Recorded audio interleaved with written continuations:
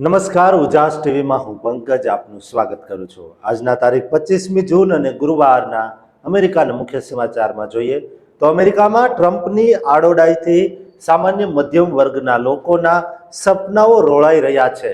બાયપાર્ટીસિંગ housing bill પર ટ્રમ્પે છેલ્લી ઘડીએ તમામ તૈયારીઓ થઈ ગયા બાદ સહી ન કરતા ગુજરાતીઓના સહિત આખા અમેરિકાના મધ્યમ વર્ગના લોકોના બજેટ ખોરવાઈ જવાના છે। આવું ટ્રમ્પે શા માટે કર્યું તેની વિગતે વાત કરીશું। ઉપરાંતના સમાચારમાં જોઈએ તો અમેરિકામાં H-1B વિઝાનો વિવાદ છેલ્લા ઘણા સમયથી ચાલી રહ્યો છે, જેમાં હવે યુનિવર્સિટી ઓફ મિશિગન પણ આવી ગઈ છે। યુનિવર્સિટીએ એક જોબની જાહેરાત કરી, જેમાં કોઈ અમેરિકન ન મળતા H-1B વિઝા ધારકને લેવાની વાત કરતા જ સ્થાનિકોમાં રોષ ઊભો થયો છે। શા માટે આવું થયું અને કેવો વિવાદ ચાલ્યો છે તેની વિગતે વાત કરીશું। ઉપરાંતના સમાચારમાં જોઈએ તો અમેરિકામાં ભારતીય મંદિરો સલામત નથી રહ્યા। BAPS સ્વામિનારાયણ મંદિર હવે વિવાદમાં આવ્યું છે। અમેરિકામાં આપણા મંદિરમાં હથિયારો સાથે આવેલા તસ્કરોએ કેવી રીતે ચોરી કરી અને હેતુ શું હતો તેની વિગતે વાત કરીશું। તો ચાલો તમામ સમાચાર જોઈએ વિસ્તારથી। અમેરિકાની ધરતી પરથી ત્યાં વસતા લાખો ભારતીયો અને ખાસ કરીને મકાન ખરીદવા ઈચ્છતા આપણા ગુજરાતીઓનું બજેટ સાવ ખોરવી નાખે તેવા બહુ મોટા રાજકીય સમાચાર સામે આવ્યા છે। આ સમાચારના લીધે અમેરિકાની રિયલ એસ્ટેટ માર્કેટ અને નાગરિકોના ભવિષ્ય પર બહુ મોટો પ્રશ્ન ઊભો થયો છે। અમેરિકામાં મોંઘવારી અને મકાનોની અછતને દૂર કરવા માટે સંસદના બંને ગૃહો દ્વારા ભારે બહુમતીથી પાસ કરાયેલા બાયપાર્ટીસન હાઉસિંગ બિલ પર યુએસ પ્રેસિડેન્ટ ડોનાલ્ડ ટ્રમ્પે સત્તાવાર હસ્તાક્ષર કરવાની ભવ્ય સાઇનિંગ સેરેમનીને છેલ્લી મિનિટે સાવ રદ એટલે કે કેન્સલ કરી દેવાય છે। ટ્રમ્પ પ્રશાસનનું કઠોર વલણ એવું છે કે જ્યાં સુધી સંસદમાં અત્યંત વિવાદાસ્પદ બનેલો સેવ અમેરિકા એક્ટ એટલે કે સેવ એક્ટ ઓફિશિયલી પાસ ન થાય ત્યાં સુધી તેઓ પ્રજાહિતના આ હાઉસિંગ બિલને સહેજ પણ મંજૂરી આપશે નહીં અને આ સેવ એક્ટને તેઓ દેશ માટે એક બહુ જ મોટી નેશનલ ઇમરજન્સી એટલે કે રાષ્ટ્રીય કટોકટી માની રહ્યા છે। આ આખા કાયદાકીય પેકેજની અસલી કાનૂની વિગતો અને બેકગ્રાઉન્ડની વાત કરીએ તો આ બિલ અમેરિકાના પ્રતિનિધિ ગૃહ એટલે કે હાઉસ ઓફ રિપ્રેઝેન્ટેટિવ્સમાં 358 વિરુદ્ધ 32 વોટથી અને ઉપલા ગૃહ એટલે કે સેનેટમાં 85 વિરુદ્ધ 5 વોટની પ્રચંડ કાનૂની બહુમતી સાથે ઐતિહાસિક રીતે પાસ થયું હતું, જેને અમેરિકાના ઇતિહાસમાં રોડ ટુ હાઉસિંગ એક્ટ તરીકે ઓળખવામાં આવે છે। આ બિલનો અસલી લોકહિતનો હેતુ એ છે કે નવા હાઉસિંગ પ્રોજેક્ટ્સ બનાવવા માટે નડતા તમામ સરકારી રેગ્યુલેટરી હર્ડલ્સ એટલે કે કાનૂની અવરોધોને સાવ ઘટાડી દેવા, પર્યાવરણીય રિવ્યુની પ્રક્રિયાઓ બહુ ઝડપી કરવી અને સૌથી મોટું કે વોલ સ્ટ્રીટના અબજોપતિ ઇન્વેસ્ટર્સ અને કોર્પોરેટ કંપનીઓ પર સામાન્ય નાગરિકોના સિંગલ ફેમિલી હોમ્સ ખરીદવા પર કડક કાનૂની લિમિટ એટલે કે મર્યાદા લગાવવી, જેથી કરીને બજારમાં મકાનોના ભાવ નિયંત્રણમાં રહે અને અમેરિકામાં વસતા ગરીબ તથા મધ્યમ વર્ગીય પરિવારોને સાવ સસ્તા અને એફોર્ડેબલ હાઉસિંગ સરળતાથી મળી રહે।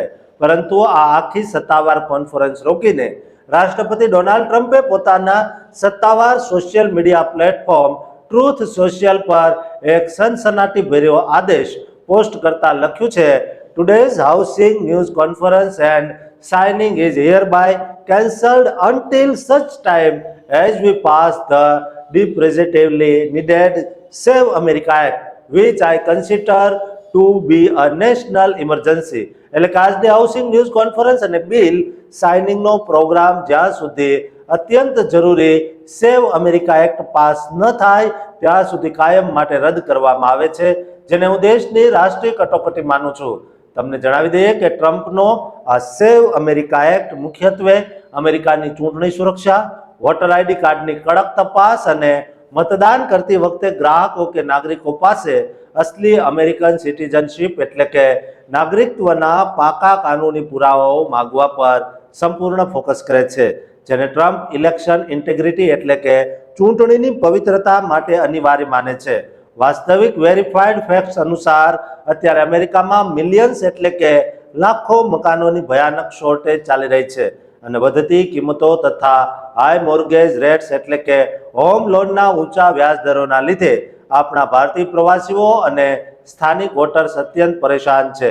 ટ્રમ્પ ગત માર્ચ મહિનાથી જ કહી રહ્યા છે કે આ સેવ એક્ટ વિના તેઓ સંસદનું અન્ય કોઈ પણ મોટું બિલ સાઇન કરશે નહીં.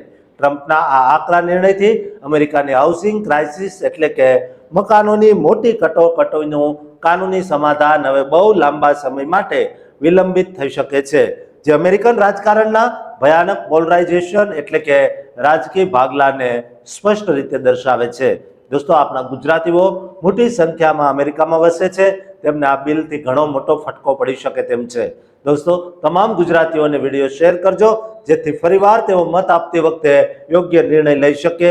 અને આ ચેનલને દોસ્તો સબસ્ક્રાઇબ કરવાનું ચૂકતા નહીં.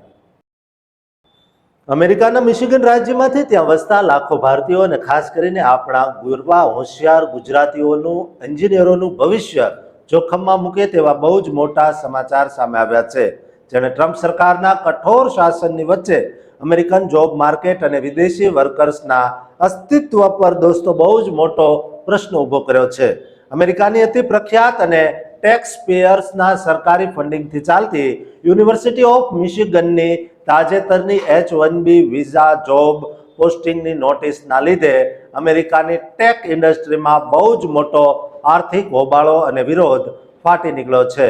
આ કટોકટી ભર્યા કેસની અસલી કાનૂની વિગત એવી છે કે આ યુનિવર્સિટીએ પોતાના પ્રખ્યાત એન આર્બર કેમ્પસ ખાતે આવેલા office of medical student education અને unit for laboratory animal medicine વિભાગની અંદર ઇન્ટરમીડિયેટ સોફ્ટવેર ડેવલપરની પોસ્ટ માટે વાર્ષિક માત્ર $72,100 અને ઇન્ટરમીડિયેટ ડેટાબેઝ એડમિનિસ્ટ્રેટરની પોઝિશન માટે વાર્ષિક $75,000 એટલે કે આશરે 63 લાખ રૂપિયા જેટલા સાવ નીચા પગારની ઓફિશિયલ H-1B નોટિસ ફાઇલ કરી છે. પરંતુ ભયાનક સસ્પેન્સ એ છે કે યુનિવર્સિટીએ સરકારી કાગળોમાં સત્તાવાર એવું લેખિત સ્ટેન્ડ લીધું છે કે કોઈ પણ અમેરિકન નાગરિક કે વર્કર આ મહત્વની આઈટી પોઝિશન માટે લાયક એટલે કે ક્વોલિફાઈડ નથી. આ વિવાદાસ્પદ નોટિસનો ભાંડો અમેરિકાના એક પ્રખ્યાત ઇન્ડિપેન્ડન્ટ જર્નાલિસ્ટ ક્રિસ બ્રુનેટે એક્સ પ્લેટફોર્મ પર આખા સત્તાવાર સ્ક્રીનશોટ લાઈવ શેર કરીને ફોડ્યો છે. આ ખબર ઇન્ટરનેટ પર વાયરલ થતાં જ અમેરિકાના કટ્ટર રાષ્ટ્રીય સ્પોર્ટ્સ એટલે કે માગાના સમર્થકો અને અમેરિકન આઈટી વર્કર્સે આ યુનિવર્સિટી વિરુદ્ધ તીવ્ર મોરચો ખોલી દીધો છે.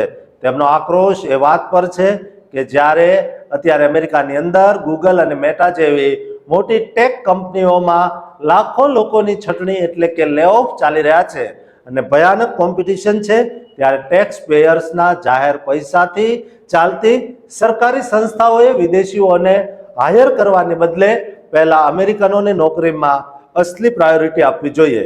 યુનિવર્સિટીના જૂના રેકોર્ડ્સ વેરીફાઈડ કરતા એવું પણ બહાર આવ્યું છે કે તેમણે અગાઉ પણ બિઝનેસ એનાલિસ્ટની પોઝિશન માટે 73,000 થી લઈને $1,12,000 સુધીની આવી જ H-1B નોટિસો બહાર પાડી હતી. અને આવો જ સમાન ભારતીય વિરોધી માહોલ અમેરિકાની યુનિવર્સિટી ઓફ અર્કાનસાસ, ઇન્ડિયાના યુનિવર્સિટી અને યુનિવર્સિટી ઓફ મેરીલેન્ડમાં પણ બહુ જ પ્રચંડ રીતે જોવા મળી રહ્યો છે. યુએસ ઇમિગ્રેશન કાયદા અનુસાર કોઈ પણ એમ્પ્લોયરે H-1B વિઝા સ્પોન્સર્ડ કરતા પહેલા કાનૂની રીતે સાબિત કરવું પડે છે કે સ્થાનિક બજારમાં કોઈ યોગ્ય અમેરિકન કામદાર ઉપલબ્ધ નથી. પરંતુ આ પ્રક્રિયા પર વારંવાર સસ્તા વિદેશી મજૂરો લાવવાના અને દુરુપયોગના ગંભીર આક્ષેપો લાગતા આવ્યા છે, જેમાં ભારત અને ચીનના પ્રોફેશનલ્સ બહુ મોટી સંખ્યામાં હોય છે. આ વિવાદના લીધે હવે અમેરિકામાં H-1B વિઝા સિસ્ટમમાં તાત્કાલિક કડક સુધારા કરવાની અને પ્રવાસીઓને રોકવાની માંગ બહુ જોરશોરથી વધી રહી છે, જે આપણા ગરવી ગુજરાતના એન્જિનિયરોના સપના માટે એક બહુ મોટી કાનૂની દિવાલ ઊભી કરી શકે છે. દોસ્તો, શું આપણા લોકોને અમેરિકામાં આવી સારી નોકરીઓ કરવાની તક ન હોઈ શકે? તમારું શું માનવું છે કોમેન્ટમાં જરૂર લખજો અને આ વિડીયોને શેર કરવાનું ચૂકતા નહીં. અમેરિકાની ધરતી પર કળા અને આધ્યાત્મિકતાના પ્રતીક સમાન આપણા પવિત્ર BAPS સ્વામિનારાયણ મંદિરમાં કેટલાક અસામાજિક તત્વો ગેરકાયદેસર ઘૂસીને ચોરીનું કૌભાંડ આચરે અને જ્યારે ડિટેક્ટિવો આ પાપીઓનો પર્દાફાશ કરીને તેમને જેલના સળિયા પાછળ ધકેલી દે તેમજ તેમની પાસેથી ગેરકાયદેસર હથિયારો પણ જપ્ત કરે ત્યારે પવિત્ર ધામમાં થયેલી આ લૂંટના સનસનાટી ભર્યા સસ્પેન્સનું કડવું સત્ય જાણીને આપણું દિલ આઘાતથી ધ્રુજી ઉઠશે. વિદેશમાં આપણા ધાર્મિક સ્થાનોની સુરક્ષા સામે બહુ જ મોટા સવાલો દોસ્તો ઊભા થયા છે. અત્યારે અમેરિકાના સધર્ન કેલિફોર્નિયા રાજ્યમાંથી ત્યાં વસતા લાખો ગુજરાતીઓ અને સમગ્ર હિન્દુ સમાજના કાળજાને ઠેસ પહોંચાડે અને ભારે આક્રોશ પેદા કરે તેવા અતિશય મોટા અને ગુનાહિત સમાચાર સામે આવ્યા છે. જે સમાચારના લીધે પ્રવાસીઓની આસ્થા અને સુરક્ષા વ્યવસ્થા પર બહુ મોટો પ્રશ્ન ઊભો થયો છે.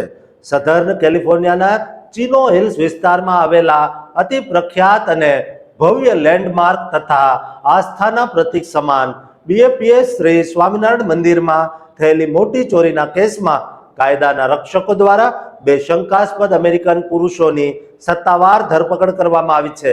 સેન બર્નાર્ડિનો કાઉન્ટી શેરિફ ડિપાર્ટમેન્ટના હથિયારધારી ડિટેક્ટિવોએ બહુ જ આક્રમક ઓપરેશન ચલાવીને ચિનો હિલ્સના જ સ્થાનિક રહેવાસી એવા 48 વર્ષના ડેવિડ સાન્ચેઝ અને 32 વર્ષના જોસેફ ફર્નાન્ડેઝ નામના બે સ્કેમરોને ચોરી આચરવાના ગંભીર ગુના હેઠળ દબોચી લીધા છે. કાનૂની એજન્સીઓના ઓફિશિયલ રિપોર્ટ અનુસાર આ બંને ચોરો ચાલુ મહિનાની શરૂઆતમાં મંદિરની પવિત્ર પ્રોપર્ટીની અંદર ગેરકાયદેસર રીતે ઘૂસી ગયા હતા અને ત્યાં રાખેલો કિંમતી સામાન ચોરી કરીને રાતોરાત નાસી છૂટ્યા હતા. આ ઘટનાની ગંભીરતા જોઈને તપાસકર્તાઓએ કોર્ટમાંથી સર્ચ વોરંટ મેળવીને આરોપીઓના ગુપ્ત લોકેશનો પર ભયાનક દરોડા પાડ્યા અને સર્ચ ઓપરેશન દરમિયાન મંદિરની અંદરથી ચોરી કરાયેલી અસલી સામગ્રી અને સંપત્તિ જપ્ત કરીને રિકવર કરી લીધી હતી. આ બંને ગુનેગારોને જેલ ભેગા કરીને તેમની સામે ઘરફોડ ચોરી એટલે કે બર્ગલરીના ગુના દાખલ કરાયા છે અને શેરીફ ઓફિસે વધુમાં જણાવ્યું કે તેમની સામે ગુનાહિત કાવતરું રચવા એટલે કે કોન્સ્પિરસી અને ગેરકાયદેસર ખતરનાક હથિયારો રાખવાના વધારાના કઠોર આરોપો પણ લગાવવામાં આવ્યા છે. કારણ કે ધરપકડ વખતે એક આરોપીની કસ્ટડીમાંથી FBI કાયદા વિરુદ્ધની એક એવી અસલી પિસ્તોલ એટલે કે ફાયર આર્મ મળી આવી છે જેનો ઓફિશિયલ સિરિયલ નંબર સાવ ભૂંસી નાખવામાં આવ્યો હતો કે બદલી નાખવામાં આવ્યો હતો, જે બહુ મોટો ક્રિમિનલ ઓફેન્સ છે.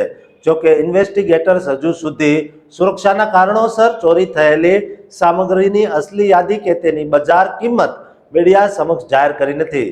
ચિનો હિલ્સનું આ BAPS સ્વામિનારાયણ મંદિર સમગ્ર ઉત્તર અમેરિકાના સૌથી વિશાળ હિન્દુ મંદિરોમાંનું એક ગણાય છે, જે દર વર્ષે લાખો ભક્તો અને પ્રવાસીઓ માટે પવિત્ર આધ્યાત્મિક અને સાંસ્કૃતિક કેન્દ્ર સમાન છે.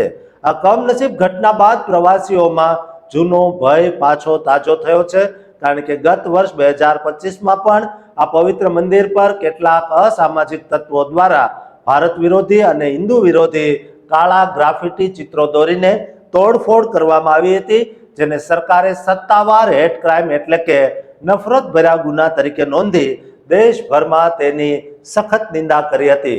જોકે શેરીફ ઓફિસે કહ્યું છે કે તાજેતરની આ ચોરી પાછળ કોઈ ધાર્મિક ભેદભાવ કે નફરત હોવાના પુરાવા મળ્યા નથી અને જૂની તોડફોડ સાથે આનો કોઈ સીધો સંબંધ નથી. પણ પોલીસ હજુ પણ આ મામલે બહુ ઊંડી તપાસ કરી રહી છે.